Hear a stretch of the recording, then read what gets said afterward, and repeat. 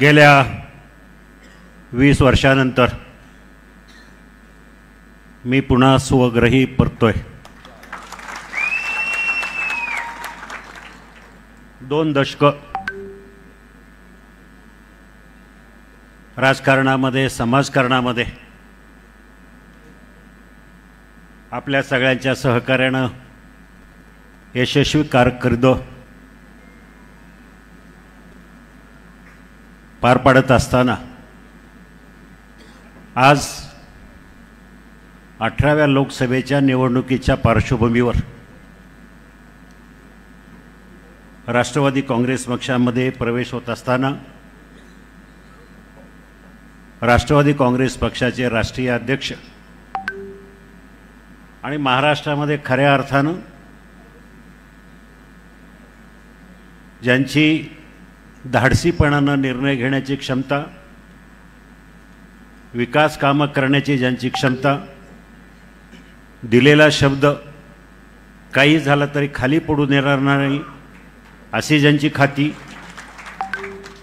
असे आदरणीय अजितदादा पवार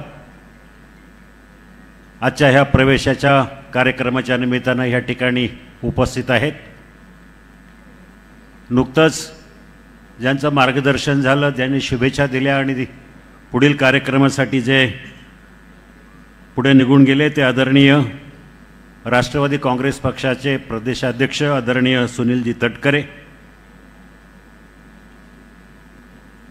ह्या विधानसभा मतदारसंघामध्ये खऱ्या अर्थानं 20 वर्षामध्ये ज्यांनी आंबेगाव तालुक्याचा विकास काय असतो हे सगळ्या महाराष्ट्राला दाखवून दिलं आणि ज्यांचा मी विरोधी पक्षात असताना, त्यांच्या विरोधात असताना वेळोवेळी जाहीरपणे कबुली दिली की तालुक्यामध्ये जे काय महत्त्वाचे प्रकल्प झाले ते आदरणीय दिलीपरावजी वळसे पाटील यांच्यामुळे, आणि मी अभिमानानं सांगत आलो की ज्यांनी उच्च तंत्र शिक्षण मंत्र्याचा पदाचा कारभार करत असताना तालुक्याला मोठी देणगी दिली ती इंजिनिअरिंग कॉलेज आणि पॉलिटेक्निकच्या रूपानं। गृहमंत्रीपदाची जबाबदारी त्यांच्यावर राज्याची पडली आणि तालुक्याला न्याय दिला आणि मंचरचं पोलीस स्टेशन, घोडेगावची पोलीस कर्मचारी वसाहत आणि अन्य पोलीस स्टेशन्स असे आदरणीय दिलीपरावजी वळसे पाटील माझे खऱ्या अर्थानं जवळचे मित्र दिलीपरावजी वळसे पाटील, दिलीपरावजी मोहिते पाटील। तसं माझं त्यांचं काही मतभेद असण्याचं काही कारण नाही। त्यांचा राजकीय जन्म जिथून झाला तसाच मी सुद्धा त्या पक्षामध्ये 20 वर्ष काम होतं। खरं म्हणजे राजकारण करत असताना समोरासमोर असल्यावर काहीतरी भांडं लागतंच, पण राजकारणाची समीकरणं बदलल्यानंतर सगळं काय विसरून आपण एक दिलानं नवीन समीकरणाशी जुळून घेतो आणि त्याप्रमाणे काम करतो। तसे आमचे दिलीपराव मोहिते पाटील स्वभावानं खूप चांगले आहेत। आमचे वैयक्तिक असे हेवे दावे कधी राहिले नाही।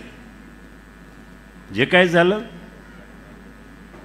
ते पब्लिक इश्यूवरूनच आमचे विषयच होतात। असे आदरणीय दिलीपरावजी मोहिते पाटील आजच्या कार्यक्रमासाठी व्यासपीठावर उपस्थित असलेले राष्ट्रवादी काँग्रेस पक्षाचे जिल्हाध्यक्ष प्रदीपजी गारटकर, महिला आर्थिक विकास महामंडळाच्या अध्यक्षा, राष्ट्रवादी काँग्रेसच्या प्रदेशाध्यक्षा आमच्या भगिनी रुपालीताई चाकणकर, जुन्नरचे युवा आमदार माझ्या मित्राचे चिरंजीव आणि खऱ्या अर्थानं जुन्नर तालुक्यामध्ये ज्यांनी विकासाची गंगा आणली ते अतुल बेनके, माजी आमदार पोपटरावजी गावडे, सुरेशरावजी गुले,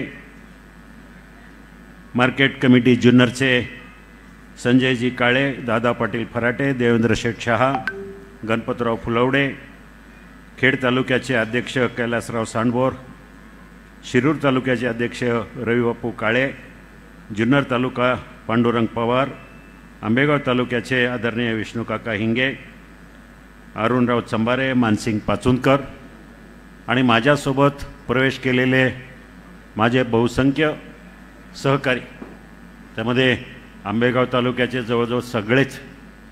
दादा एकही माणूस आंबेगाव तालुक्यामध्ये पाठीमागं राहिला नाही, सगळ्यांनी मला त्यामध्ये मोठी साथ दिली. माझ्या गावातले सरपंच आणि सगळी ग्रामपंचायत या ठिकाणी उपस्थित आहे, माझं अख्खं गाव या ठिकाणी उपस्थित आहेत. आणि किरणताई वळसे पाटील असतील, करण कोकणे असतील, ही सगळी मंडळी आपण मोठ्या संख्येनं या ठिकाणी या कार्यक्रमासाठी उपस्थित आहात. आपल्याला उत्सुकता असेल, राजकारण बदललं आहे, राजकारणाची समीकरणं बदलली. आपल्याला सगळ्यांना माझा इतिहास माहिती आहे, माझी पार्श्वभूमी माहिती आहे. पण मी आवर्जून सांगू इच्छितो, मी तसं काय हाडाचा राजकारणी नाही आहे. राजकारण करत असताना, समाजकारण करत असताना माझ्या घरात कोणी साधा ग्रामपंचायत सदस्यही कोणी नव्हतं. मला कुठलीच पार्श्वभूमी नाही आहे. ह्या आंबेगाव तालुक्यातल्या आणि शिरूर लोकसभेतल्या जनतेनं, मायबाप जनतेनं मला आधार दिला, मला आशीर्वाद दिले. आदरणीय दिलीपरावजी वळसे पाटील आणि आम्ही दोघांनी मिळून ह्या तालुक्यामध्ये काही प्रकल्प चालू केले, त्यामध्ये भीमाशंकर सहकारी साखर कारखाना असेल. तिथून खऱ्या अर्थानं माझी राजकीय राजकीय कार्याला सुरुवात झाली. तुम्हाला सगळ्यांना माहिती आहे, कारखान्याचं काम करत असताना आम्ही दोघांनी, कारखाना म्हणजे आपलं कुठंतरी सर्वस्व आहे, ह्या तालुक्याच्या शेतकऱ्यांच्या हितासाठी काहीतरी चांगला प्रकल्प व्हावा म्हणून आम्ही मेहनत घेतली. 5 वर्ष मी सुरुवातीचे 5 वर्ष कारखान्याचा चेअरमन राहील. नंतर मतभेद झाले. राजकारणात मतभेद, महत्त्वाकांक्षा या सगळ्या गोष्टी येतातच. दुर्दैवानं मला दूर व्हावं लागलं. पण दूर होत असताना सुद्धा म्हणजे कधी वैयक्तिक द्वेष कधी मी दिलीपराव असतील किंवा तालुक्यातल्या कुठल्या कार्यकर्त्याच्याबद्दल मनात आणला नाही. कारखान्याच्या बाबतीत तर मला अभिमानानं सांगावं असं वाटतं, अजूनही मी माझा हा स्वतःचाच कारखाना समजतो. कारखान्याच्या विरोधामध्ये कधी कुठल्या प्रकारची कारवाई केली किंवा काही असं काही कृत्य केलं असं मला आठवत नाही. जेव्हा जेव्हा गरज पडेल तेव्हा कारखान्याला मी मानसिक माझ्या बाजूने सहकार्य करण्याची भूमिका केलेली आहे. शेवटी राजकारणामध्ये महत्त्वाकांक्षा वाढतात. समाजामध्ये वावरत असताना लोकांचा संपर्क वाढतो. लोकांनी आग्रह केला, सांगितलं की तुम्ही लोकसभेला उभं राहावं, विधानसभेला दिलीपराव आहेत. शिवसेना पक्षानं अचानक मला निमंत्रण दिलं आदरणीय बाळासाहेब ठाकरे यांनी. त्यांनी मला बोलवून घेतलं मातोश्रीवर. मला निवडणुकीला उभं राहायलाच पाहिजे असंही काही नव्हतं.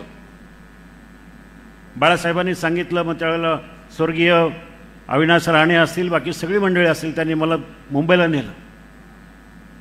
बाळासाहेबांना सांगितलं की बाळासाहेब मी काही निवडणुकीला जरी उभं राहिलो तरी हा पवारसाहेबांचा जिल्हा आहे, हा खेड लोकसभा मतदारसंघ आहे, इथून मी कुठल्याही भावात निवडून येऊ शकणार नाही. तुम्ही म्हणताय तर मी उभं राहील, पण 5-50 हजार मतांना नक्कीच माझा पराभव होईल. माझी तुमची तयारी असेल तर मी उभा राहतो. ते म्हणाले, आढळराव मला सगळं माहिती आहे, तुम्ही उभे राहा, बाकीचं मी पाहतो. मी निश्चय केला, म्हटलं ठीक आहे, जे काय होईल ते होईल, मी उभा राहतो साहेब तुमच्या आदेशानुसार. मी मातोश्रीच्या गेटच्या जस्ट बाहेर पडलो. मला बाळासाहेबांनी बोलवून घेतलं परत की आढळराव आता कुठं चाललेत. म्हटलं साहेब माझं घर आहे इथं पवईला, मी माझी बॅग पॅक करतो आणि गावाला जातो, उद्यापासून कामाला सुरुवात करतो. साहेब म्हणाले, तुमच्या मंडळीला सांगा 2 बॅग भरून ठेवा, एक दिल्लीची आणि एक तुमची गावाची. इतका आत्मविश्वास त्या व्यक्तीनं मला दाखवला. आणि तिथून जे मी सुटलो तर अवघ्या 35 दिवसामध्ये मतदानाला सामोरं गेलो. 35-40 दिवसामध्ये. त्यावेळेला मला खेड लोकसभा मतदारसंघ माहिती नव्हता. मुळशीमध्ये मी आयुष्यात कधी गेलोय नव्हतो, भोरवेलला कधी पाहिला नव्हता, पण लढायचं म्हणून लढलो. लोकांमध्ये उत्सुकता राहिली की आढळराव कोण आहे. लोकांना वाटलं की उद्योगपती आहे. मी मावळ, मुळशी, भोर, वेल्हा दऱ्याखोऱ्यामध्ये फिरलो, प्रचार करत राहिलो, पण कधी मनात वाटलं नाही रुपालीताई की मी निवडून येईल, मी खासदार होईल, असं कधी मनात अपेक्षा ठेवली नव्हती. लढायचं म्हणून लढायचं. आणि मला आठवते ते मंतरलेले दिवस होते, माझी पहिली निवडणूक. अक्षरशः दऱ्याखोऱ्यामध्ये रानावनामध्ये फिरत असताना लोकांची साथ मिळत गेली. आणि ज्या वेळेला मतदान झालं, मतदानाच्या मतमोजणीच्या दिवशी मला पोलीस कमिशनरनं आदल्या दिवशी रात्री फोन केला की उद्या तुमच्या गावी जायचा रस्ता कुठला. मला काही कळेना. मी म्हटलं अशा रस्त्यानं जाणार आहे. मतमोजणी चालू झाली आणि मतमोजणी चालू झाल्यानंतर काही वेळानं कळलं की मी आता निवडून येऊ शकतो. त्यावेळेला मला त्या पोलीस कमिशनरच्या फोनची आठवण झाली की त्याला कळालं होतं की मी निवडून येणार आहे. ही अशी माझी पहिली निवडणूक खऱ्या अर्थानं माझ्या आयुष्यातली न विसरणारी निवडणूक होती. तिकडची लोकही तेवढी प्रेमळ होती. पहिली निवडणूक जिंकलो. दुसरी निवडणूक 2009ची, नवीन मतदारसंघ, पुन्हा नवीन मतदारसंघ, अनोळखी मतदारसंघ, शिरूर तालुका, हवेली, हडपसर, भोसरी. पुन्हा तिथे फिरत राहिलो, कारण माझ्या पहिल्या टर्ममध्ये दादा मी इतका गावोगावी फिरलो, असं एकही गाव मतदारसंघामध्ये सोडलं नाही खेड तालुक्यातल्या, खेड लोकसभा मतदारसंघातल्या की जिथं मी पोचलो नाही. जिथं 15 घरांची वस्ती आहे अशा घराघरामध्ये मी पोचलो. मुळशीमध्ये मी जायचो दौऱ्यावर विकास कामाच्या, त्यावेळेला रात्री 12-12:30 वाजता शरद ढमाळ्याबरोबर तामिनी घाटाच्या त्या गावांमध्ये फिरायचं. रात्री 1 वाजता कुठं कातकऱ्यांच्या घरी जेवण करायचं. 1च्या नंतर मी गाडीत बसून ज्यावेळेला पुढच्या सीटवर बसून इकडं मंचरला यायला निघायचो, त्यावेळेला झोप लागायची गाडीत पहिल्या सीटवर बसलेलो. घाटातलं म्हटलं गाडी इकडनं तिकडनं वळायची, मध्येच ब्रेक मारायचा माझा ड्रायव्हर. ब्रेक मारल्यानंतर झोप उडायची आणि नंतर मला वेळ लागायचा 5 मिनटं हे ठरवायला की मी कुठं चाललो आहे, आज कुठल्या गावात गेलो आहे, कुठं आहे मी, मुंबईला चाललो आहे की मंचरला चाललो आहे की पुण्याला चाललो आहे. इतका प्रचंड प्रवास केला आणि त्यामुळं मला दुसऱ्या निवडणुकीमध्ये खऱ्या अर्थानं 1,80,000 मतांनी निवडून आलो. पहिली निवडणुकीला फक्त 30,810 मताचं माझं मताधिक्य होतं. दुसऱ्या निवडणुकीला 1,78,000 मतांना निवडून आलो. भोसरीमध्ये जिथं माझा काही परिचय नसताना सुद्धा 27,534 मताचं मताधिक्य आघाडी मला भोसरीमधून मिळालं. सांगण्याचा उद्देश आहे की मनापासून कामाला सुरुवात केली. माझ्या दृष्टीनं माझा प्रत्येक क्षण, प्रत्येक दिवस हा लोकांच्या कल्याणासाठी, लोकांच्या कामासाठी, लोकांच्या कार्यासाठी मी खर्च करत राहिलो. मी प्रपंच बघितला नाही, धंदा बघितला नाही, व्यवसाय बघितले नाही, तब्येत बघितली नाही. रात्रंदिवस फक्त लोकांमध्ये राहायचं. 2009ला झालं, कारण त्यावेळेला मोदी लाट नव्हती, तरी 1,80,000 मतांना निवडून आलो. महाराष्ट्रामधलं 2 नंबरचं मताधिक्य मला त्यावेळेला शिरूर लोकसभा मतदारसंघातून. तिसऱ्या निवडणुकीला जवळजवळ 3,03,000 मतांना निवडून आलो. दुर्दैवानं चौथ्या निवडणुकीमध्ये जरी पराभव झाला, मी तो पराभव मानत नाही, कारण माझ्या दृष्टीनं 5,78,000 मतं म्हणजे 5.25 लाख मतं मला पडली होती. ही जनतेनं माझ्याकडं हे दिलं होतं. मी नैतिक माझा विजय समजतो, पण पराभवानं खचून गेलो नाही. लोकांनी मला म्हणजे ज्या दिवशी निकाल लागला, मतमोजणी झाली, त्या दिवशी मी पराभूत झालो. डॉक्टर अमोल कोल्हे यांचं अभिनंदन केलं आणि दुसऱ्या दिवसापासून कामाला लागलो, कारण लोकांचं प्रेम माझ्यावर होतं. जनतेनं मला सांगितलं होतं, कारण मी मनात एक आणलं की मोडून पडला संसार तरी मोडला नाही कणा, पाठीवर थाप टाकून फक्त लढ म्हणा, या उक्तीप्रमाणे मी लढत राहिलो. 5 वर्ष अक्षरशः पायाला भिंगरी लावली. भिंगरी बांधून संपूर्ण मतदारसंघामध्ये फिरत राहिलो. कुठलीही अपेक्षा नव्हती की मी पुन्हा खासदार होईल, किंबहुना मनामध्ये अजिबातच नव्हतं की मला पुन्हा लढायचं म्हणून. पहिले 2.5 वर्ष दादा तुम्ही सगळे महाविकास आघाडीमध्ये होता.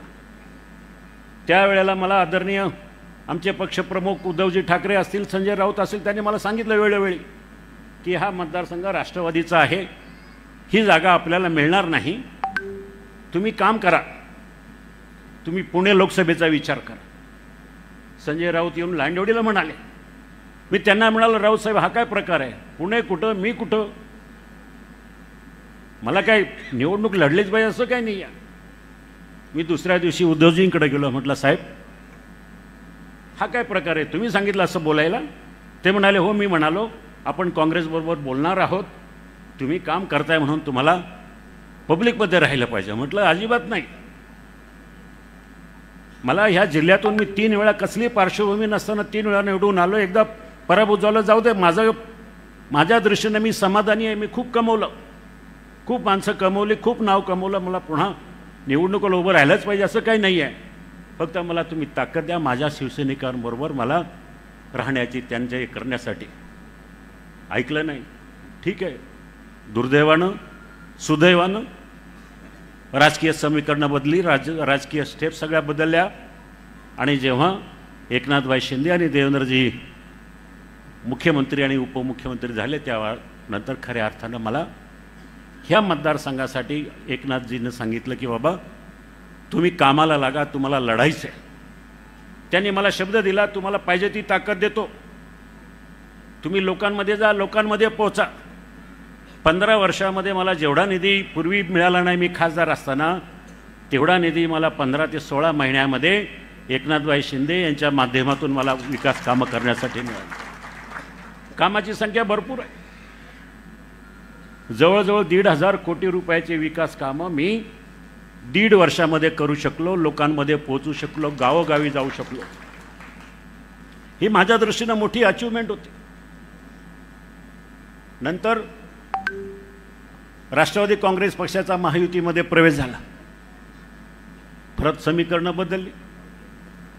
आणि हे सगळं सांगत असताना आता मी तर म्हटलं ठीक आहे, मी तयारी केली आहे. पण मुख्यमंत्री साहेब म्हणाले ठीक आहे आपण बघू काय करायचं. काही दिवसांनी त्यांनी मला सांगितलं की ही जागा बहुतेक आपल्याला मिळत नाही. एकनाथभाई शिंदे असतील, अजितदादा असतील, या तिघांनी ठरवलं की महायुतीचा सहमतीचा उमेदवार म्हणून माझ्या नावाला त्यांनी पसंती दिली आणि काम करायला सुरुवात केली. माझ्या दृष्टीने ही खूप मोठी अचिव्हमेंट आहे. अजितदादांचं मी मनापासून आभार व्यक्त करेल की त्यांच्यापुढं अनेक नावांचे पर्याय उपलब्ध असताना सुद्धा त्यांनी माझ्यावर विश्वास टाकला आणि ह्या मतदारसंघामध्ये माझा प्रवेश करून घेतला. आज मला अभिमानानं सांगावंसं वाटतं की लोक टीका करते की मी पक्ष बदलला. आमच्या समोरचे मित्र जे माझ्यावर खूप प्रेम करतात गेले 5 वर्षापासून की बेडूकुड्या. आता मला त्यांना सांगायची ही बेडूकुडी नाही, 20 वर्ष मी प्रामाणिक राहिलो धनुष्यबाणाबरोबर. आज काय मी पक्ष बदलून बेडूकुडी मारलेली नाही आहे. महायुतीची सहमतीचा उमेदवार आहे आणि आज मी राष्ट्रवादीचा उमेदवार आहे. 2च पक्ष, राष्ट्रवादी आणि धनुष्यबाण. याच्यापेक्षा माझ्या बेडूकुडे झालेलं नाही. माझ्या मित्राच्या मनसेतून शिवसेना, शिवसेनेतून राष्ट्रवादी, राष्ट्रवादीतून अजितदादा पवारांच्या बरोबर 2 दिवस राहिले. सगळं काय त्यांनी तिथं बघितलं आणि पुन्हा इकडं मध्ये भाजप हे सगळ्या गोष्टी करत राहील. सांगण्याचा उद्देश आहे की गेल्या 15 वर्षापूर्वी जी कामं मी केलेली आहे त्या सगळ्या जगाला माहिती. माझं अहवाल पुस्तकाचं आहे इथं. पुणे नाशिक रेल्वे, आता असं सांगण्यात आलं की पुणे नाशिक रेल्वे मी सगळं केलंय. मला माझ्या मित्रांना विचारायचं आहे, रेल्वे हा प्रकल्प काय 2 महिन्यामध्ये, 3 वर्षामध्ये, 4 वर्षामध्ये होतो असं नाही. कोकण रेल्वेसारखा प्रकल्प संकल्पनेपासून प्रत्यक्षात उतरण्यासाठी 38 वर्ष लागली. इथं पुणे नाशिक हायस्पीड रेल्वे फक्त 2 महिन्यानंतर आला तुम्ही आणि सांगितलं की मी त्याच्यामध्ये हालचाल केली. जे काही झालं गेल्या 5 वर्षामध्ये, माझा पराभव झाल्यानंतर पुणे नाशिक रेल्वेच्या संदर्भामध्ये जे काय झालंय ते फक्त अजितदादांनी पुढाकार घेतला आणि हा रेल्वे प्रकल्प कसा पुढे जाईल ह्या प्रकारचं त्यांनी धोरण आखलं. काही बैठका घेतल्या, काही पैसे अलॉट केले, भूसंपादन झालं. त्याचं एकमेव कारण फक्त अजितदादांनी आपल्या जिल्ह्यासाठी हा प्रकल्प अतिशय मोठा प्रकल्प आहे, त्याचं सगळं भाग्य उजळून निघाल्या परिसराचं, तो विचार मनात आणून अजितदादांनी जे काय केलं तेवढंच त्याच्या व्यतिरिक्त ह्या प्रकल्पाला अजूनही केंद्र सरकार असेल, राज्य सरकार असेल, यांच्या माध्यमातून फारसं काही झालेलं नाही. आज हायवेच्या विषयावर निवडणुका लढली गेली 2019ची. ट्रॅफिकच्या वर खूप मोठ्या प्रमाणात चर्चा करण्यात आल्या. माझ्या पराभवाचं ते सुद्धा कारण आहे की चाकणची ट्रॅफिक, खेडची ट्रॅफिक. पण हे सगळं करत असताना मी आपल्याला सांगतो, ते जे काय बायपासेस आहे, हा जो काय खेड सिन्नर रस्ता आहे, हा केवळ मी केंद्रीय मंत्री ज्या वेळेला CP जोशी होते त्यांच्याबरोबर भांडलो. अक्षरशः त्यांच्या केबिनमधून मी उठलो नाही. त्यांना म्हटलं तुम्ही, मी काही झालं तरी हा प्रकल्प मला माझ्या मतदारसंघामध्ये राबवला पाहिजे. हे 2009-2010ची गोष्ट आहे. 3 वर्षानंतर त्याला मला मंजुरी मिळाली. 2013ला काम चालू झालं. गडकरीच्या काळामध्ये ते पूर्ण होत असताना भूसंपादनामध्ये उशीर झाला. पण बायपासेस या सगळ्या गोष्टी माझ्या काळामध्ये मंजूर झाल्या. नारळ फोडायला हे ग्रस्त आले आणि आता सगळीकडे सांगत सुटलं की त्यांनी जे केलेलं आहे. सांगण्याचा उद्देश आहे की काही जरी झालं तरी तुम्ही मला काम करताना पाहिलं. तुम्ही मला पुणे नाशिक रेल्वे 15 वर्षापासून पाठपुरावा करताना पाहिलं. 15 वर्षापासून मी रेल्वे प्रकल्पासाठी प्रत्येक रेल्वेच्या बजेटमध्ये सरकारवर ताशेरे ओढणारा, सरकारवर बोलणारा मी हा एकमेव खासदार होतो. त्यावेळेला 15ही वर्ष माझी भाषणं तपासून पहा.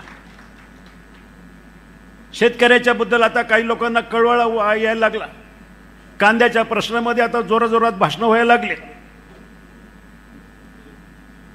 मी सांगतो आपल्याला, बैलगाड्याचा प्रश्न असेल, कांद्याचा प्रश्न असेल, शेतकऱ्यांचे प्रश्न असेल, माझं जाहीर आव्हान आहे. माझ्या समोरच्या उमेदवाराला जाहीर आव्हान आहे, त्यांची भाषणाची संख्या आणि माझ्या भाषणाची संख्या पहा. कांद्याच्या प्रश्नावर मी त्यांच्यापेक्षा तिप्पट प्रश्न मांडलेत लोकसभेमध्ये. बैलगाड्याच्या प्रश्नावर त्यांच्यापेक्षा 4 पट वेळा मी भाषणं केलेली आहेत. मला अर्थात कसे डायलॉगबाजी फेकता येत नाही, फेकाफेकी करता येत नाही, परंतु खऱ्या अर्थानं बैलगाडा शर्यती चालू होण्यासाठी खऱ्या अर्थानं तुम्ही सगळ्यांनी पाहिलं. पंतप्रधानांना भेटलो, लोकसभेमध्ये खाजगी विधेयकं मांडली, लोकसभेमध्ये त्याच्यावर मागण्या मांडल्या. या सगळ्या गोष्टी करत असताना सुप्रीम कोर्टामध्ये एकमेव खासदार आहे मी. सुप्रीम कोर्टामध्ये महाराष्ट्र गव्हर्नमेंट वर्सेस शिवाजी आढळराव पाटील ही केस सुप्रीम कोर्टामध्ये अजूनही गाजलेली आहे. त्या केससाठी सगळा खर्च मी एकट्याने केला दादा. 40 लाख रुपयाचा खर्च मी एकट्याने केला आणि ती बैलगाडा केस जिंकून आणली. आज असे अनेक प्रश्न आहेत. संसद रत्न आता लोकांना फसवायला लागलं की संसद रत्न काम तर काही केलं नाही 5 वर्ष, पण असं काहीतरी भासवायचं संसद रत्न. आता संसद रत्नाच्या संदर्भात मला सांगा, मग ते मला माहिती आहे ना, मी सुद्धा 2 वेळा घेतलेले ते संसद रत्न पुरस्कार. काही नाही हो संसद रत्न. मला माहिती आहे 2015-2016ला ते चेन्नईच्या कंपनीनं मला निमंत्रित केलं, पुरस्कार दिलं. 2 वेळा बघितलं, म्हटलं यांचं काही खरं नाही. मी 3ऱ्या आणि 4थ्या वेळेला मला पुरस्कार मिळून सुद्धा मी सांगितलं की नाही, दुसरं कोणाला तरी द्या. एक खाजगी कंपनी आहे. संसद रत्न पुरस्कार काही संसदेशी संबंधित नाही, सरकारशी संबंधित नाही, कशाशी संबंधित नाही. खाजगी कंपनी 10x10च्या कंपनीमध्ये खोलीमध्ये चेन्नईमध्ये बसते आणि ते पुरस्कार वाटतात. आणि मग असा संसद रत्न टेऱ्या बडून प्रचार चालू आहे. आता मला सांगा, आमच्या श्रीरंग बारणे त्यांना 8 वेळा मिळाला. आता याच्यावरून ओळखा. म्हणजे सांगायचं काय की 5 वर्षात आपल्याला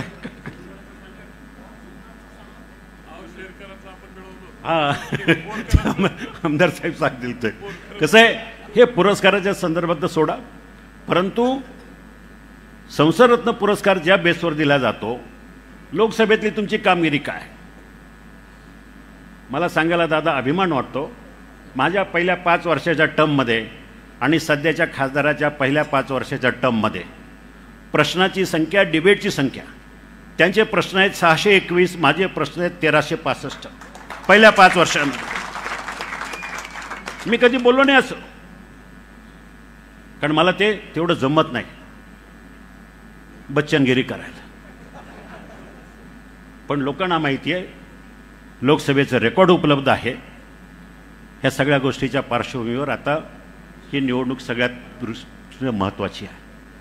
मला आपल्या सगळ्यांना विनंती करायची, तुम्ही सगळ्यांनी मला पाहिलं 20 वर्ष 2 दशकं मी कधी लवाडी केली नाही, मी कधी खोटा प्रचार केला नाही, मी कधी दुसऱ्यानं केलेली कामं ते आपल्या नावावर सांगितली नाही. मी प्रामाणिकपणे दादा काम करत असताना मी असं म्हणालो नाही की मी पुढच्या काळामध्ये निवडून आल्यावर पुन्हा आपल्याकडे येऊन दादा मी माझा राजीनामा घ्या, मला वेळ नाही धंद्यामधून, असं म्हणणार नाही. कारण मी एकदा लोकांच्या सेवेचं व्रत घेतलं आहे, ते मी शेवटपर्यंत पूर्ण करेल एवढीच या ठिकाणी मी आपल्याला ग्वाही देतो. आज मोठ्या संख्येने माझे सगळे सहकारी या ठिकाणी आपल्या पक्षामध्ये प्रवेश केलेला आहे. मी दिलीपरावजी असतील, दादा असतील, सगळ्या विनंती करेल, माझ्या विश्वासावर विश्वास ठेवून, माझ्यावर विश्वास ठेवून ज्यांनी प्रवेश केला त्या सगळ्यांचा मान ह्या पक्षामध्ये राखला जाईल. आणि मी सुद्धा माझ्या पद्धतीनं ह्या पक्षाशी प्रामाणिकपणे राहून 4.5 जाऊ द्या, मी प्रामाणिकपणे ह्या पक्ष वाढवण्यासाठी दिलीपराव मोहिते पाटील असतील, दिलीपराव वळसे पाटील असतील, अतुल असेल, ह्या सगळ्यांच्या बरोबरीनं खांद्याला खांदा लावून हे पक्ष वाढवण्याचं काम मी प्रामाणिकपणे करेल याची खात्री द्या. कारण मी शब्दाचा पक्का आहे, मी कधी खोटं बोलणारा नाही. मी देवेंद्रजींना माहिती आहे, ते आम्ही अनेक वर्ष बरोबर काम केलेलं आहे. मी ह्या निमित्तानं आपल्या सगळ्यांना मनापासून विनंती करतो की येणारी निवडणूक आपल्या सगळ्यांच्या दृष्टीनं प्रतिष्ठेची आहे, महत्त्वाची आहे. भूलतापणा बळी पडू नका. चांगल्या भाषणं असतील, चांगल्या फेकी असतील, हे सगळं बाजूला जरी ठेवलं तर 5 वर्ष आपल्या मतदारसंघाचं काय नुकसान झालं आहे हे आम्ही सगळ्यांनी पाहिलं आहे. माझ्या शिरूर तालुक्यातली लोक आहेत, हवेलीमधली लोक आहेत, सगळी या ठिकाणी उपस्थित आहेत. जेव्हा जेव्हा मी तिथं कुठल्याही गावात प्रचाराला जातो, गावभेटीला जातो, लोकांची भाषणाची सुरुवात अशी असते की दादा आम्ही चुकलो, आमच्याकडनं चूक झाली, अशाच प्रकारे प्रत्येक गावोगावी लोक म्हणतात. आणि म्हणून मला आपल्याला सगळ्यांवर जबाबदारी आहे की अजितदादा यांचं स्थान महाराष्ट्रामध्ये तर मोठं आहेच आहे, पण त्यांना भक्कम पाठिंबा देण्यासाठी, त्यांचे हात बळकट करण्यासाठी ह्या शिरूर लोकसभा मतदारसंघातून त्यांच्या आवडीचा खासदार निवडून द्या, एवढीच या ठिकाणी विनंती करतो आणि थांबतो. धन्यवाद. जय हिंद, जय महाराष्ट्र. धन्यवाद दादा.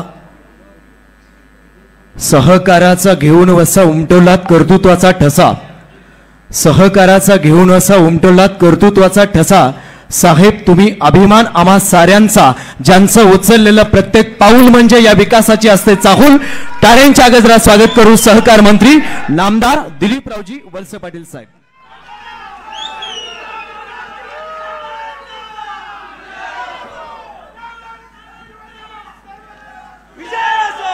अरे बस बस.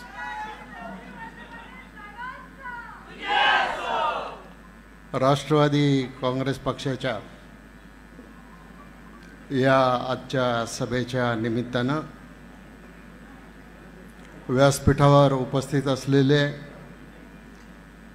आजच्या कार्यक्रमाचे प्रमुख पाहुणे, राष्ट्रवादी काँग्रेस पक्षाचे राष्ट्रीय अध्यक्ष, महाराष्ट्राचे उपमुख्यमंत्री नामदार अजितदादा पवार, आपल्यासमोर भाषण करून गेलेले माननीय खासदार सुनीलजी तटकरे,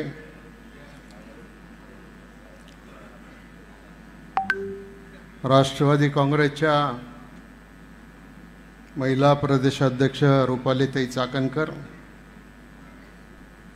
आजचे सत्कार मूर्ती माझे जुने मित्र शिवाजीराव आढळराव पाटील, आमदार अतुलजी बेनके, आमदार दिलीपराव मोहिते, सौ कल्पनाताई आढळराव, माजी आमदार गावडे साहेब, प्रदीपजी गारेटकर, सुरेशराव घुले, गणपतराव फुलवडे, देवेंद्र शेठ शहा, मानसिंग पाचुनकर, विष्णू काका हिंगे, पांडुरंग पवार, राजेंद्र गावडे, दिलीप वाल्हेकर, सचिन भाऊ भोर, प्रदीप वळसे पाटील, ॲडव्होकेट शुभम खोमने, प्रकाश गोलप, वसंतराव पवार, वसंतराव भालेराव, प्रकाश पवार, बाळासाहेब बेंडे, कैलास बुवा काळे, रवी बापू काळे, अशोकराव भुजबळ, सुनील बानखेले, रवींद्र करंजखिले, अरुणराव गिरे, लक्ष्मणराव काचोळे, सुषमाताई शिंदे, संतोष डोके, निलेश थोरात, अंकित जाधव, दिलीपराव काळभोर, राजाराम कांचन आणि शिवसेनेमधून राष्ट्रवादी काँग्रेसमध्ये प्रवेश केलेले सर्व सहकारी आणि या सभेला उपस्थित असलेले महाविकास युतीचे सर्व कार्यकर्ते, शेतकरी, तरुण मित्र, माय भगिनी आणि माझ्या पत्रकार मित्रांनो, आपण आता बराच वेळ या ठिकाणी भाषणं ऐकलेली आहेत आणि आपल्याला अजून अजितदादांचं भाषण ऐकायचं, त्यामुळं मी काही जास्त बोलणार नाही. पण गाडीतूनच येताना अजितदादा म्हटले, तुम्ही हा प्रवेशाचा कार्यक्रम मंगल कार्यालयात कसा काय ठेवला? म्हटलं, दादा तुम्हीच सभेला आले होते, राष्ट्रवादीची एक मोठी सभा झाली, माननीय मुख्यमंत्री आले होते, सेनेची एक मोठी सभा झाली आणि पुन्हा आता निवडणुकीच्या काळामध्ये आपल्याला मोठ्या सभा घ्याव्याच लागणार आहेत आणि म्हणून कार्यकर्त्यांना प्रवेश देत असताना एका या वातावरणामध्ये आपण या सभेचं आयोजन केलेलं आहे.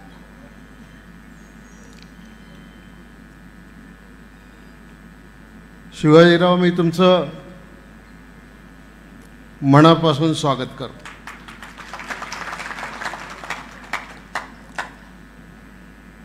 आम्ही गेल्या 40 वर्षापासून इकडं असू दे नाही तर तिकडं असू दे, आम्ही एकमेकाचे मित्र आहोत.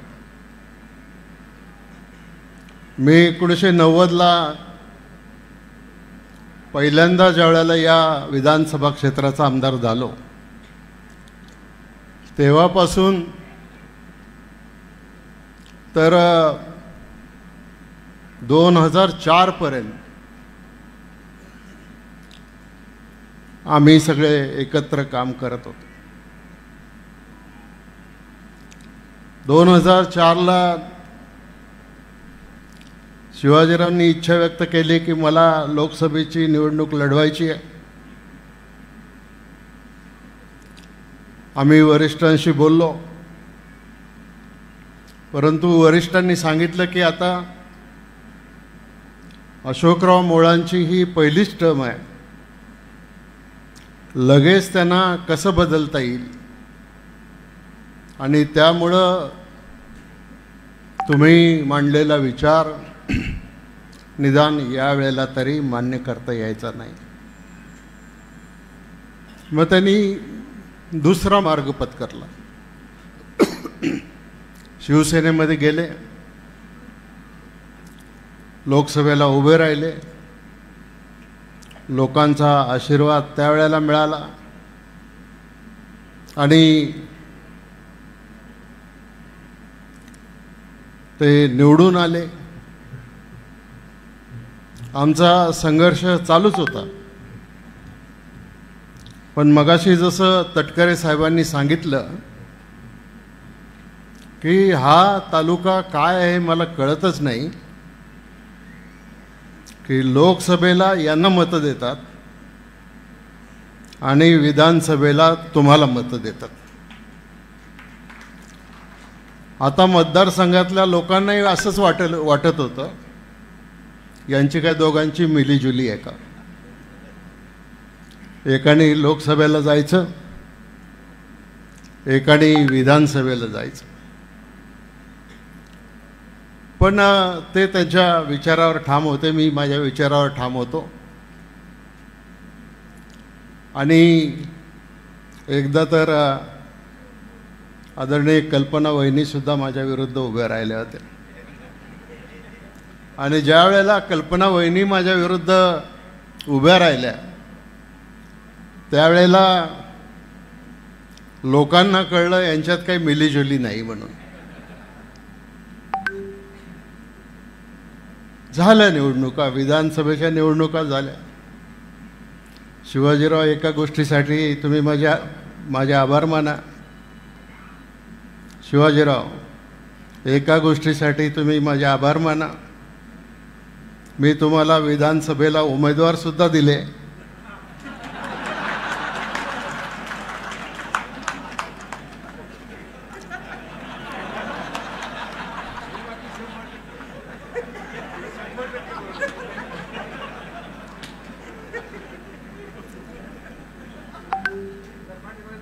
तसं पाहिलं तर आपल्या तालुक्याचा लोकसभेचा इतिहास जर पाहिला तर आधी अण्णासाहेब मगर आपले खासदार होते आणि ते काँग्रेसचेच होते. नंतर रामकृष्ण मोरे साहेब आपले खासदार झाले. त्याच्यानंतर किसनरावजी बानखेले साहेब खासदार झाले. त्याच्यानंतर नानासाहेब नवले खासदार झाले. त्याच्यानंतर निवृत्तीशेठ शेरकर खासदार झाले. त्याच्यानंतर अशोक मोहोळ खासदार झाले. पुन्हा 2009च्या निवडणुकीमध्ये आपल्याच पक्षातल्या एका पुढाऱ्यांनी आव्हान स्वीकारलं आणि ते म्हटलं, शिवाजीरावला काय मी माझ्यासारखा कार्यकर्ता उभा राहिला तर असंच पाडून टाकेन. आणि त्यांना उमेदवारी दिली आणि शिवाजीरावांनी सांगितलं 3 लाखाने तुम्ही विजयी झाला. आलं का नाही लक्षात?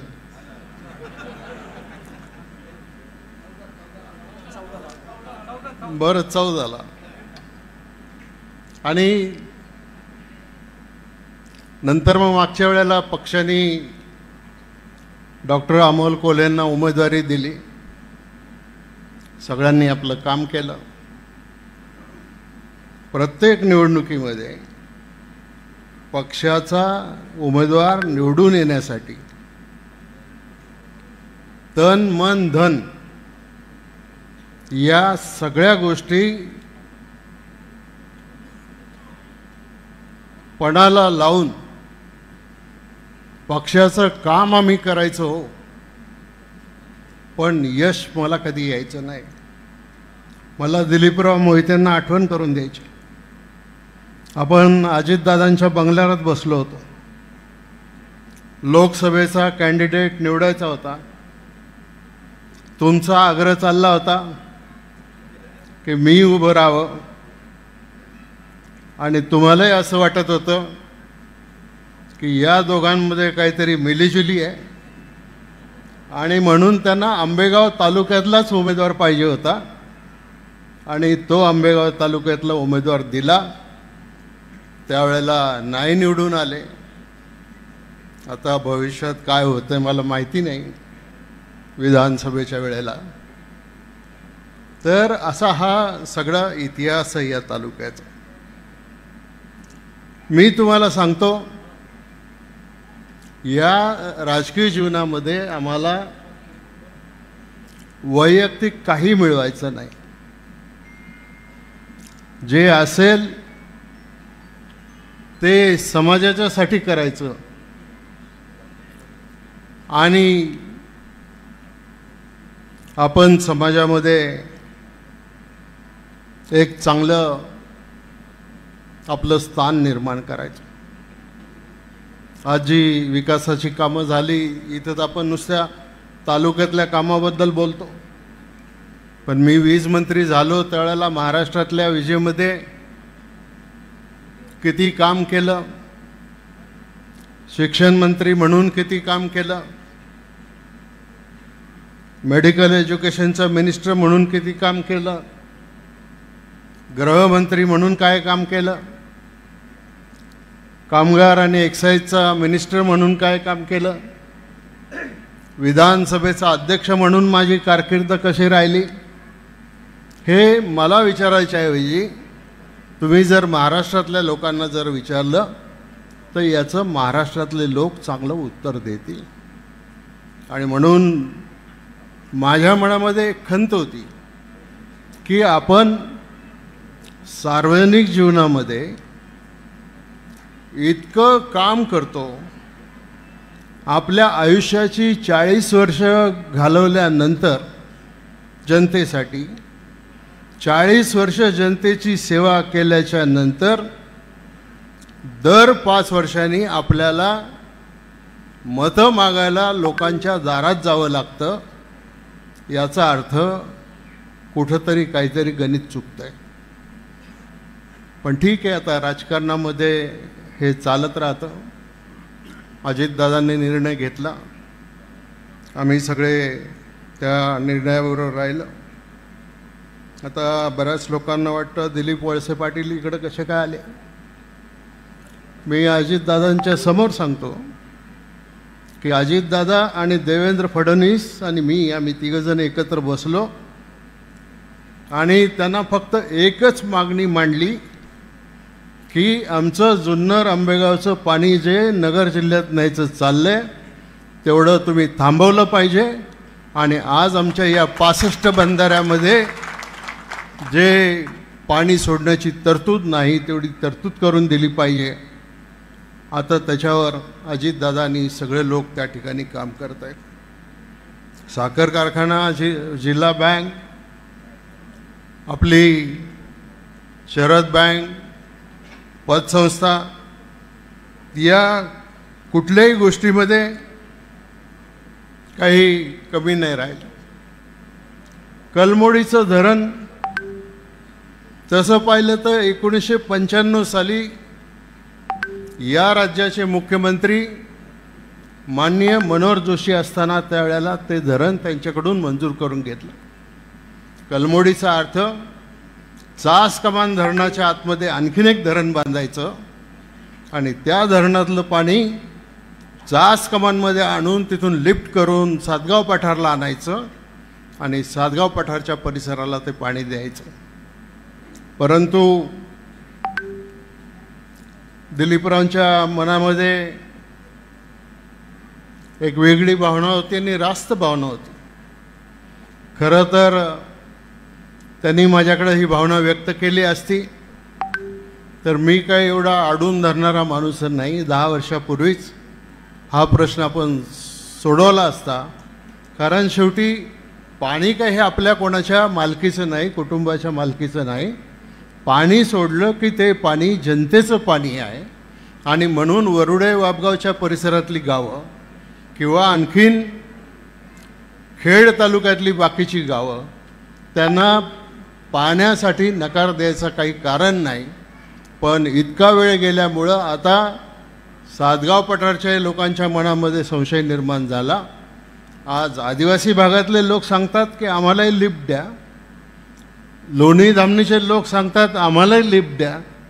भविष्य काळामध्ये आपल्याला ही कामं करायची आणि ही कामं जर आपण केली नाही तर 10-20 वर्षांनी आपल्याला पुन्हा एकदा दुष्काळी परिस्थितीला सामोरं जावं लागेल.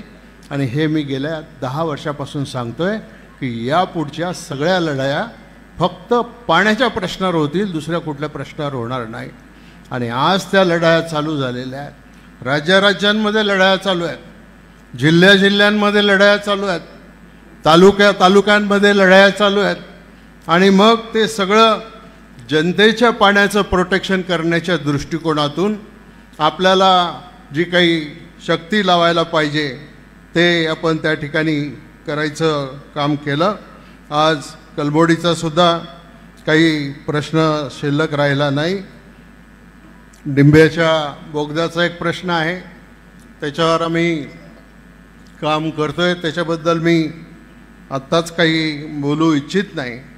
परंतु या पूर्व काळामध्ये आम्ही सगळ्यांनी, मी असेल, शिवाजीराव असतील, त्यांच्याबरोबर असणारे सगळे सहकारी असतील, माझ्याबरोबर असणारे सगळे सहकारी असतील, आम्ही फक्त समाजासाठीच काम करत होतो. तुमच्यापैकी एखाद्याने सुद्धा सांगा की कुठल्याही एखाद्या जाहीर भाषणामध्ये शिवाजीराव आढळरावांच्या बद्दल एखादा वाईट चुकीचा शब्द मी कधी बोललो का? त्याच्यामध्ये खाजगीत सुद्धा नाही, जाहीर सुद्धा नाही. किसनरावजी बानखेले आमच्या वडिलांचं किंवा पूर्वीच्या त्या काळातल्या लोकांचा जो संघर्ष होता ते किसनरावजी बानखेले एकदा माझ्याही विरुद्ध उभे राहिले आणि एकदा त्यांनी माझा प्रचारही केला.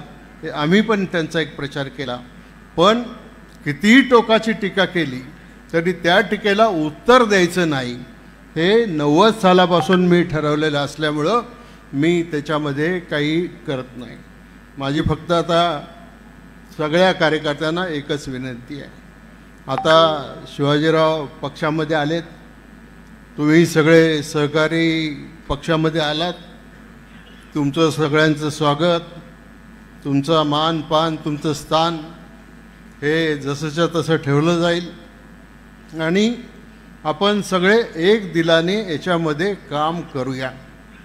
आणि शिवाजीरावांना सुद्धा मला सांगायचं आणि कार्यकर्त्यांना सुद्धा सांगायचं आहे की कृपा करून पक्षामध्ये गट तटाचं राजकारण तयार करू नका. नाहीतर मग हा दादांच्या गटाचा, हा दिलीप पाटलांच्या गटाचा, कान भरणारे लोक खूप असतात.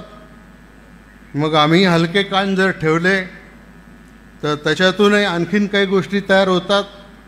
आणि म्हणून आपल्याला जर आपल्या तालुक्याचा इतिहास खऱ्या अर्थानं एक सुवर्णमय अक्षरानं लिहायचं जर असेल तर आपण या सगळ्या याच्यामध्ये हे काम केलं पाहिजे.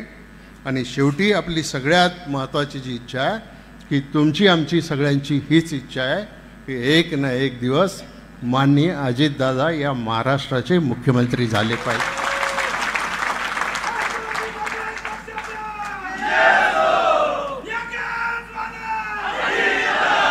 आणि त्याच्यासाठी ते जे कष्ट करतायत, त्याच्यासाठी ते जे मेहनत करतायत, त्याच्यासाठी ज्या सगळ्या गोष्टी कराव्या लागतात त्या करतायत.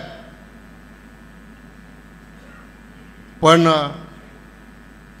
त्याला यश यायला पाहिजे होतं. मध्ये एकदा संधी आली होती पण ती सुटली संधी. मी त्याच्यावर काही बोलत नाही. आणि दादा, तुम्ही आमच्या मतदारसंघात इथं आलात, नजीकच्या काळामध्ये दुसऱ्यांदा तुम्ही इथं आलात. तुमचं मार्गदर्शन आम्हाला सगळ्यांना ऐकायचं आहे. आणि पुन्हा एकदा निवडणुकीच्या काळामध्ये एखादी मोठी सभा, एकदम मोठी अशी जंगी सभा आपण पुन्हा त्याच्यामध्ये अरेंज करू आणि त्याच्यामधून जनतेपर्यंत पोचण्याच्या दृष्टिकोनातून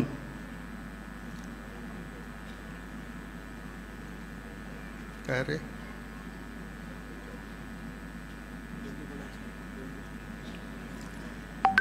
तर एवढं बोलून मी या ठिकाणी थांबतो आणि माननीय अजितदादांना विनंती करतो की आपण मार्गदर्शन करावं.